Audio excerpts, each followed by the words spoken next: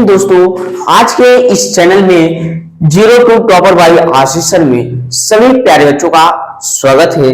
आज के हम इस वीडियो में बात करने वाले हैं कि मासा को कैसे लगाया जाता है और कितने विधि से लगाया जाता है। ठीक, मासा यानी कहने का मतलब है कि आज के ये हमारा दूसरा वीडियो है जिसमें हम पढ़ रहे हैं क्या कि जीरो टू टॉपर यानी हमको मैथ में जीरो से टॉपर बनना है। तो कैसे बनेंगे, तो आप एकदम शुरुआत से पढ़िएगा ताकि आपको एक भी किसी भी प्रकार के कोई भी डाउट ना बचा रहे। यानी कि हमारा जब जड़ कमजोर नहीं रहेगा तो उसके आगे पेड़ भी अच्छा रहेगा। ठीक, यानी कहने का मतलब है जब हमें छोटे छोटे पॉइंट आते रहेंगे तो हम बड़े सवाल को लगाएंगे तो वो बेहतरीन से समझ में आएगा। ठीक, बात समझ में आ रही है ना। चलते हैं इसी पर शुरू करते हैं और सारे प्यारे बच्चे अच्छे से पढ़ते हैं और बढ़िया से समझते हैं। ठीक, चलते हैं।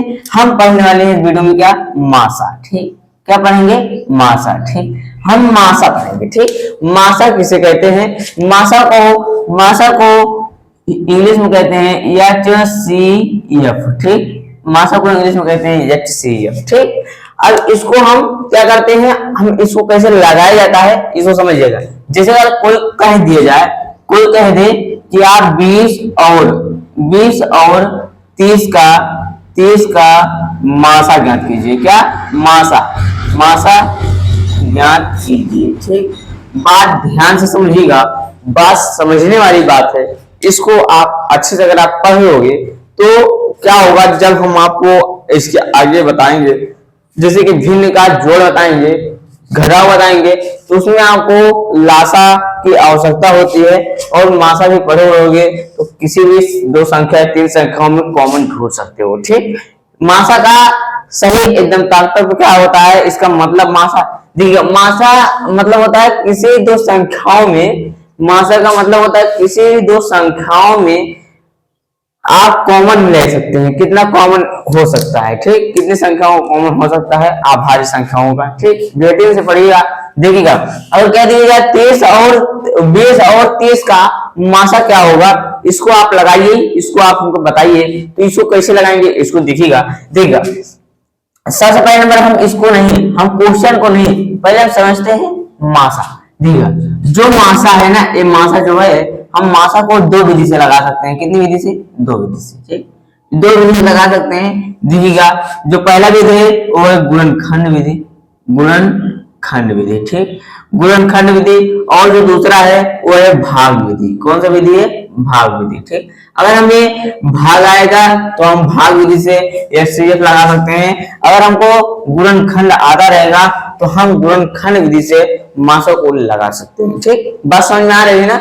उसके बाद देखिएगा, जैसे कि हमको कह दिया जाए तो 20 और 30 का क्या निकालना है, मासा निकालना है। ठीक, अब 20 और 30 का मासा कैसे निकलेगा इसको देखिएगा। हम आपको भाग विधि और गुणनखंड विधि दोनों बताएंगे। देखिएगा, गुणनखंड में क्या होता है कि जितनी भी संख्या रहती है, जितनी भी संख्या का हमको मासा निकालना है, सभी संख्याओं को क्या करना है, गुणनखंड करना है। जैसे 20 और हमको 30 का निकालना है, 30 20 का क्या करना है, गुणनखंड करना है।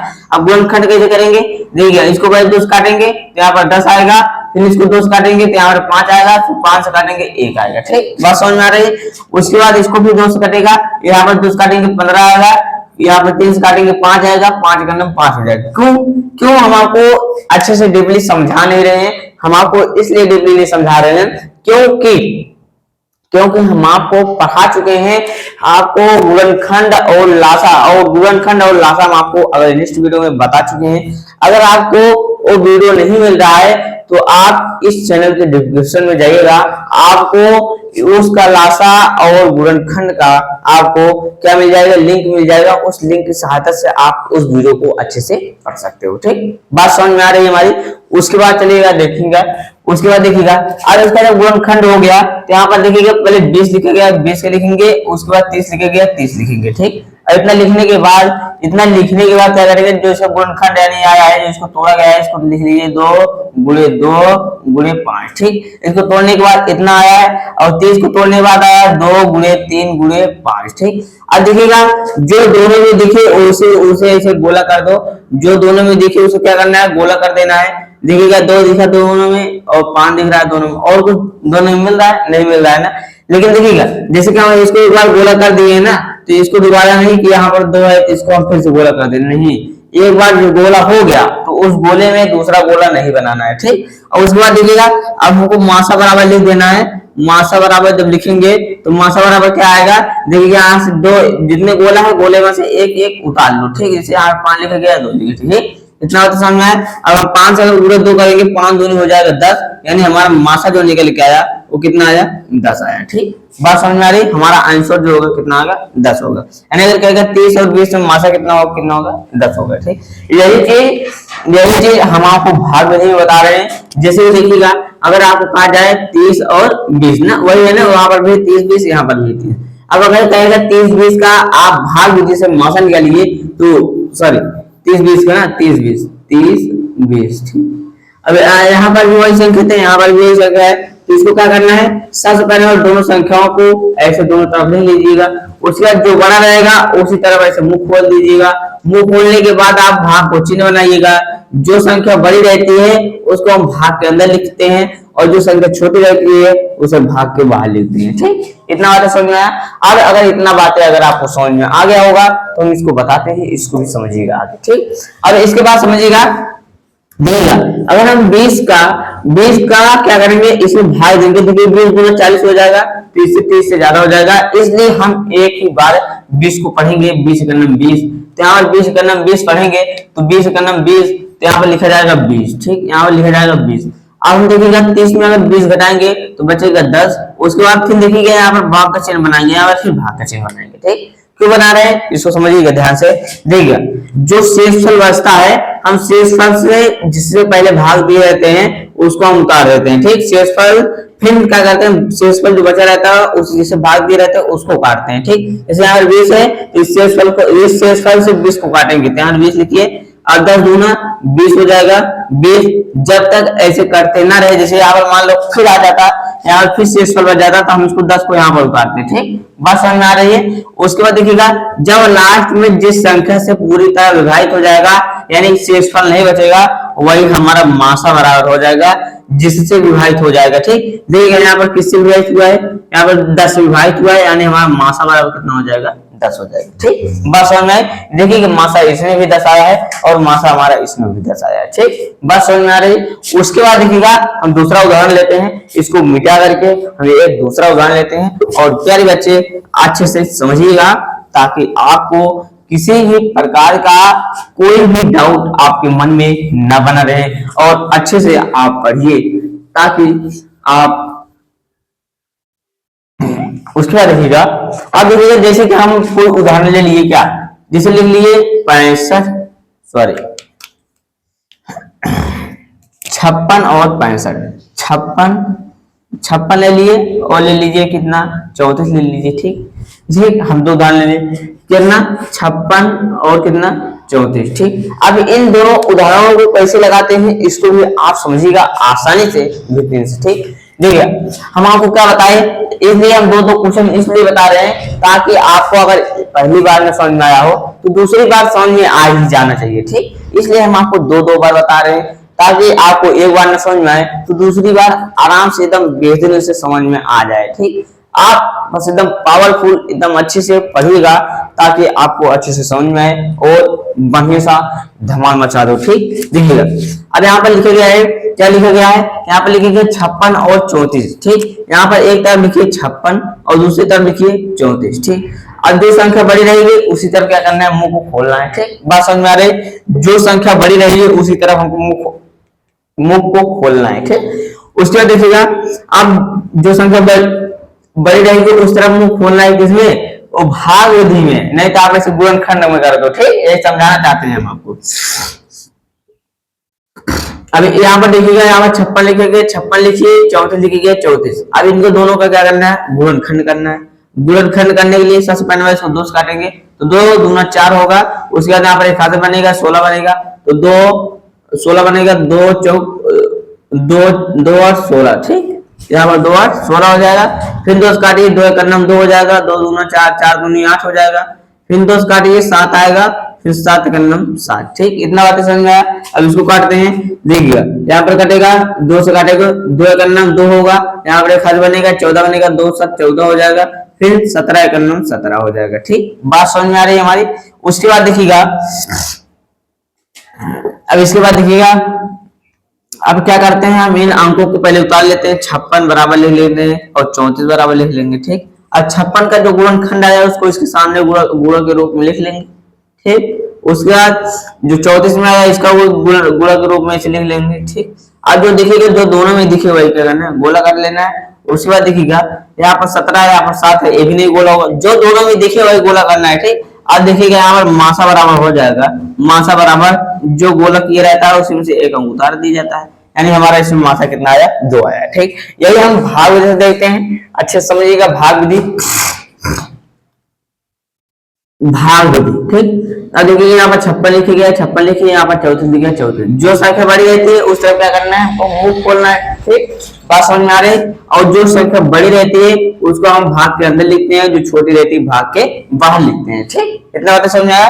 अब उसके बाद हम क्या करते हैं, उसके बाद देखिए 34 दूना कितना होगा, 4 दूनी 8 होगा और सब इससे ज्यादा हो जाएगा। अब 34 को हम 2 बार पढ़ेंगे तो इससे ज्यादा हो जाएगा, इसलिए हम 34 को 34 से करना 34 करेंगे। 34 से करना 34 के बाद घटा देंगे, 6 से अगर 4 जाएगा 2 बचेगा, 5 में अगर 3 जाएगा 2 बचेगा, 22 बचा। फिर 34 को हम यहाँ पर उतारेंगे 34। अब देखिए 22 गुना 44 होगा, तो 44 34 से ज्यादा हो जाएगा, 10 ज्यादा होगा, इसलिए हम एक ही बार ले जाएंगे तो 22। उसके बाद इसको यहाँ पर क्यों उतारे, देखिएगा जो यहाँ पर शेषफल बचे, शेषफल बढ़ने के बाद जिससे हम भाग दे रहे थे उसको यहाँ पर उतारते हैं। फिर उसके बाद अब इससे भाग देते हैं जो आए, देखिएगा अब 4 में से अगर 2 घटाओगे 2 बचेगा, 3 में से अगर 1 घटाओगे, 3 में से 2 घटाओगे 1 बचेगा, 12 बचेगा। फिर हम भाग का चिन्ह बनाएंगे और उतारेंगे यही जिससे भाग दिए थे 34 में, यही जिस 34 का जो शेषफल बचा है उसको हम उतारेंगे यहाँ पर। ठीक, अब 12 का 12 पढ़े, 22 से ज्यादा ना हो, 12 दूना 24 होगा, तो इसलिए हम एक ही बार लेके जाएंगे, तो यहाँ पर 12 लिखेंगे, 12 लिखेंगे, यहाँ पर 12 लिखेंगे। अब उसके बाद देखिएगा अब यहाँ पर 2 में से अगर 2 में से 2 घटाएंगे 0 बचेगा। फिर उसके बाद 2 में से 1 घटाएंगे 1 बचेगा, यानी 10 बचेगा। फिर हम बनाएंगे भाग का सिंबल, फिर उसके बाद यहाँ पर लिखेंगे 12। फिर उसके बाद 10 का पारा पढ़ेंगे, 12 से ज्यादा ना हो तो 10 करना 10, यहाँ पर 10 लिखेंगे। फिर 12 में से अगर 10 घटा भी देंगे, 12 में अगर 10 घटाएंगे तो बचेगा 2। फिर यहाँ पर भाग का चिन्ह बनाएंगे, फिर 10 को यहाँ पर उठाएंगे, 2 का पारा पढ़ो, 2 पंचे 10, एक कट गया 10, तो हमारा जो इससे लास्ट में कट जाता है मासा बराबर कितना हो जाएगा, 2। इसमें भी जिससे लास्ट में कटता है उसी को हम मासा मान लेते हैं। ठीक, जैसे कि देखिएगा इसमें भी 2 आया था और इसमें भी 2 आया, आपका मतलब कि दोनों में क्या हुआ, उत्तर सेम आया। ठीक, इतना बात समझ में आया आपको। बेटिन से किसी भी प्रकार कोई भी डाउट है नहीं है ना। तो उसके बाद अब देखिएगा आप, अब इसके बाद देखिएगा अब आपको हम 2-2 3-3 अंक बता रहे थे, अब आप डीपली समझिएगा। अब आप 3 अंक समझिएगा। ठीक, कितने अंक का, 3 अंक का। ठीक, अब 3 अंक का हम आपको मासा बताते हैं, मासा 3 अंक का। ठीक, अगर न समझ में आए बता दीजिएगा हमको। ठीक, सबसे पहले नंबर आप एक काम कीजिए, सबसे पहले नंबर आप इस वीडियो को लाइक कीजिए और अभी चैनल को सब्सक्राइब भी नहीं किए होगा, पढ़ रहे हो लेकिन चैनल को सब्सक्राइब नहीं किए ना, आप इस चैनल को पहले सब्सक्राइब कर लो। उसके बाद देखिएगा हम आपको बताते हैं 3 अंक का। ठीक, जैसे कि देखिएगा यहाँ पर 22 लिखा गया है और कितना लिखा गया है, 34 लिखा गया है और कितना लिखा है, 64 लिखा गया है। ठीक, अब इन 3 अंकों का और आपको कह दिया जाए कि इन तीनों अंकों का मासा निकालिए, इनका तीनों अंकों का मासा क्या होगा, इसको समझिएगा ध्यान से। ठीक, चाहे 3 अंक हो, चाहे 4 अंक हो, चाहे 5 अंक हो, चाहे 2 अंक हो, चाहे जितने अंक हो, क्या करना है हमको, पहली बात हमको क्या करना है, सभी का अगर गुणनखंड विधि लगा रहे हैं तो सभी का गुणनखंड करना होगा।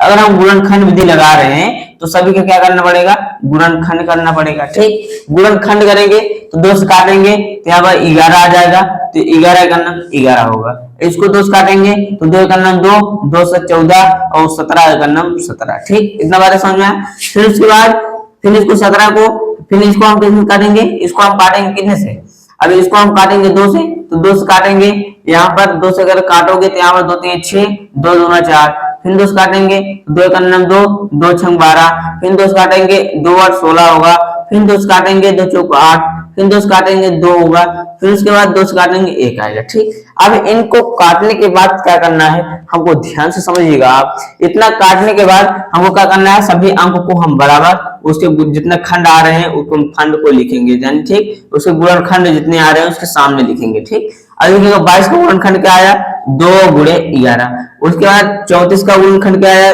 2 गुणे 17। उसके बाद 64 का गुणनखंड आया 2 गुणे 2 गुणे 2 गुणे 2 गुणे 2 गुणे 2 गुणे। ठीक, देखिए 1 2 3 4 5 6। ठीक, इसमें कितना है, 2 2 4 2 6। ठीक, बराबर है। ठीक, अब उसके बाद क्या करना है, जो तीनों में दिखे, अभी क्या करते थे, जो दोनों में दिखता था हम उसको गोलियां देते थे, उसको गोला कर देते थे।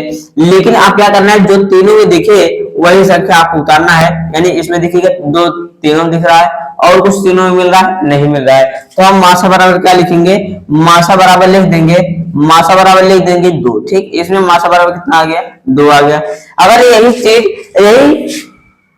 इसी क्वेश्चन को अगर हम भाग विधि लगाएं तो कितना उत्तर आएगा, इसको आप देखिएगा। भाग विधि से अगर इसको इस क्वेश्चन को भाग विधि लगाएं तो इसको कितना उत्तर, देखिएगा इसको हम मिटा दे रहे हैं। देखिए हमको ये गुणनखंड करना होता है तभी हम इसको गुणनखंड करते हैं।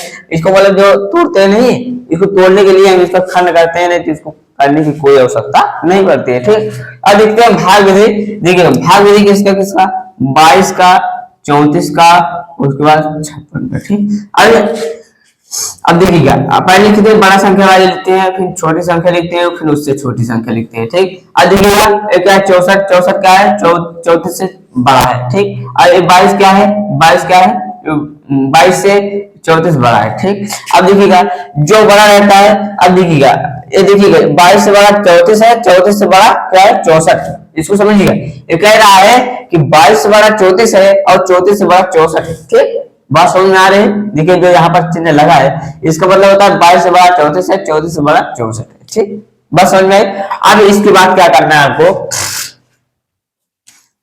अब देखिएगा जो सबसे बड़ा रहता है उसको हम क्या करते हैं, भाग के अंदर लिखते हैं, और जो उससे से छोटा रहता है उसको भाग के बाहर लिखते हैं। ठीक, अब इसको हम क्या करते हैं, लगाते हैं। ठीक, अब देखिए 34 दूना अगर पढ़ेंगे तो 34 दूना 68 हो जाएगा, इसलिए इससे ज्यादा हो जाएगा, 64 लिखा है, 34 दूना 68 हो रहा है, तो इससे ज्यादा हो जाएगा, इसलिए हम एक ही बार ले जाएंगे 34। ठीक, घटाएंगे 4 में से 4 घटाएंगे 0 बचेगा। उसके बाद अगर 6 में से 3 घटाएंगे 3 बचेगा। ठीक, अब फिर भाग का सिंबल बनाते हैं, उसके बाद फिर यहाँ पर 34 लिख गया, 34 लिखेंगे। ठीक, अब उसके बाद देखिए 30 से करना 30, क्योंकि 30 दूना कर देंगे 60 हो जाएगा, तो यहाँ पर 34 है, तो 30 से करना 30। यहाँ पर देखिए कितना बचेगा, 4 में से 0 घटाइएगा 4 बचेगा, 3 में 3 घटेगा 0 बचेगा। ठीक, और उसके बाद फिर भाग का सिंबल, यही से 30 को यहाँ पर उतारना है, फिर 4 का पारा पड़िए कि 30 से ज्यादा ना हो, 4 8 32 ज्यादा हो जाएगा, 4 7 28, यहाँ पर 28 लिखिए।